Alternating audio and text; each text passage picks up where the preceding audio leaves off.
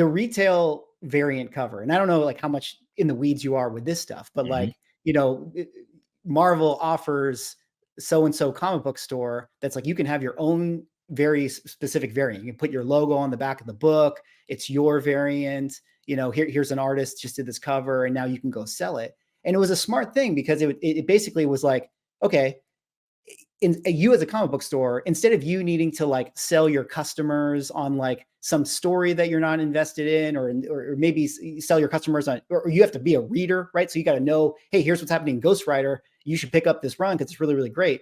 Now you just have like your book that's like, it's your book. It's got your logo on it. And that's the thing that you can now sell to your people. So here is like kind of what you were talking about now, where, you know, these publishing companies' customers is really the retail stores, right? And that's really this model. And now we're kind of in this weird place where you have so many retailers, online retailers or real comic book stores and stuff, who've adopted this model, and it's become a big part of their business. And now they kind of live and die by this. Yeah. And you have a lot of people in the secondary market, like, you know, putting out retail books. And this is where like we have like, all right, we got to reprint, you know, Hulk 181 and put a foil on it. And it's a die cut cover and all this stuff. And I just wonder if this is like, everyone says, you know, we'll get comments on my YouTube. It's like, this is the 90s all over again. If you know, like the 90s comic. There will be a bubble. It's a bubble that maybe is going to pop. And that's, look, man, I think I'm a businessman. Let's just say that. And I think we have to be honest with ourselves. This is not sustainable. And it never really was, to be fair. But what role I can't explain with this newer setup, whatever it's going to look like. I have no idea. Once the economics start to catch up with everything, and there will probably be a time where retailers even start to say, look, man, we're the hamster on this wheel, man, and we're not really getting anywhere with this. And they start to pivot. I don't know what the industry is going to look like. I'm gonna be completely honest. I have no idea what the industry is going to look like once that happens. But I do believe it is an inevitable thing. You know, look, I'm a guy that grew up in going to comic book shops, and as a very much, especially as an adult, even that was a very important, that is a very important part of my life, right? I used to go to a comic book shop Wednesday. You know, I literally spend hundreds of dollars a week getting this stuff and all that. I don't know what the model is going to look like going into the future and how the retailers factor into that. Now, because we sell to retailers and we give them a retail rate, you know, and it's very, very, very friendly. I mean, look, I've had many. Isom one, look, sold out of every store that we gave it to, and so big shout out to them. Glad they can make some money off of it. So we have a retail portal, right, for retailers that maybe you don't know that. Yeah, we're not distributed by Diamond or Penguin Random House or Lunar. No, we're not, but we do have our own retailer portal. So if there are people that are retailers that want to get in on a retail rate, you can go to our retail portal on our website and we'll get you set up and get you a login, and you can just order the books and we'll send them directly to you. Right. That's funny. We're just talking about that. My comic shop is going to be putting up mycomicshop.com. That is, obviously they're based out of where we're at, right up the road. One of the bigger online retailers. And they're going to be having another big batch of Rippaverse books that people are going to be able to get there. And they should be able to sell those without any sort of problem. They have it in the past. So, you know, I don't know what it's going to look like. I don't. But the incentive variant thing, you may know a little more about it than I do as far as the secondhand and market or aftermarket and how that stuff is shaking and moving. And if people are feeling that it's worth it. But yeah, if I'm a retailer, I do not feel good if I'm having to eat off of that. Hell, if I'm having to eat off incentive variants at all, I'm not feeling good, man, about it at all, because that just doesn't seem like that's sustainable. Yeah. It's definitely a tough thing, and you know, we're in this kind of macro economy environment, and like you said, I mean, you know, people are being more discerning with what they spend money on, so it's very, very tough for a lot of people, and you know, it's a hamster wheel that I'm not a part of, but it's I think some other people are on it. And so it'll be interesting to see what happens with that. There is some of this like sentiment of like, okay, our comics are dying, right? Like and that's kind of thrown out there. And I would say that like if I was going to steel man that, I definitely think this idea of the floppy issue on a newsstand rack that I can pick up for super cheap, that's kind of disposable reading entertainment, like, yeah, like we might be on the way out for that. And that's a sad thing. I mean, I'll never, not love the tactile little floppy Of feel. course.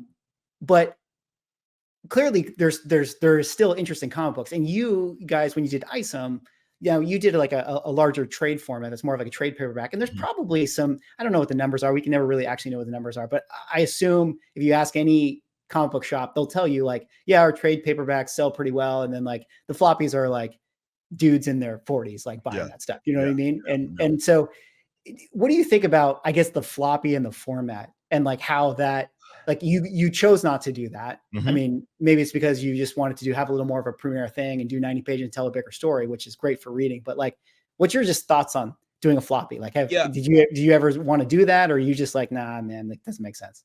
It doesn't. I'm gonna just be honest. Economically, it doesn't make sense. Also, from a storytelling perspective, I just don't think that it makes sense. So, yeah, I think in the old format, I think it is kind of broken. I think it's archaic, and it's probably that's not the way of the future. Because I'm so glad that you picked up on that. Like you look at Rippaverse and how we release our books, they're massive, right? The 96 pages for Isom 1, 112 pages for Isom 2.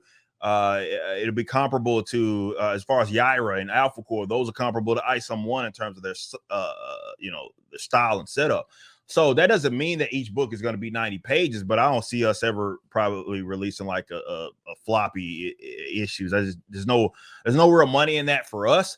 And there's no true, like, I don't really want to rely on that kind of as a system for us, because look, man, it costs a lot of money, man, to make comic books, right?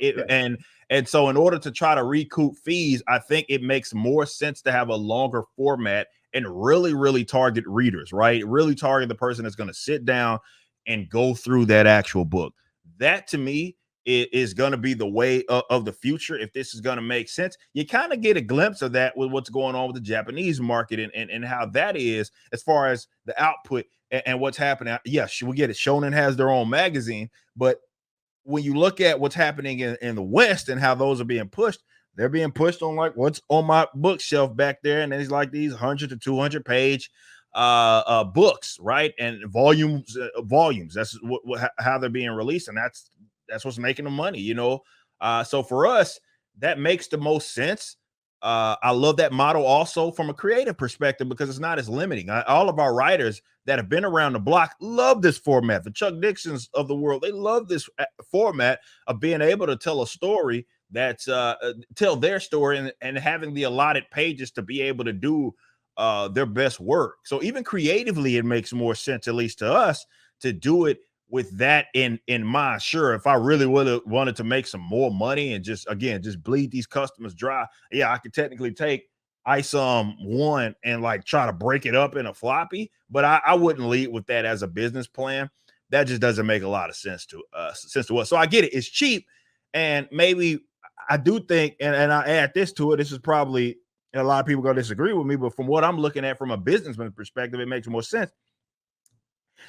This whole, we need to target that, we need to have a price floor and have it be cheap as possible to be accessible to new readers. I think people are largely overstating the impact of that because the newsstand, the internet is the newsstand now. It's not going like when we were coming up. Maybe that was how we got it.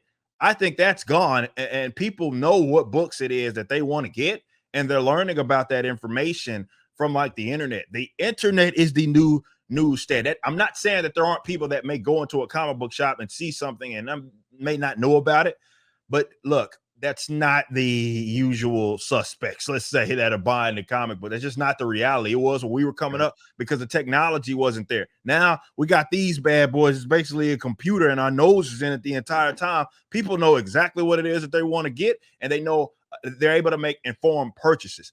That is the way of the future, and the internet has kind of cut that like newsstand kind of format out. I just think that people are gonna have to get with it or be left behind, to be honest.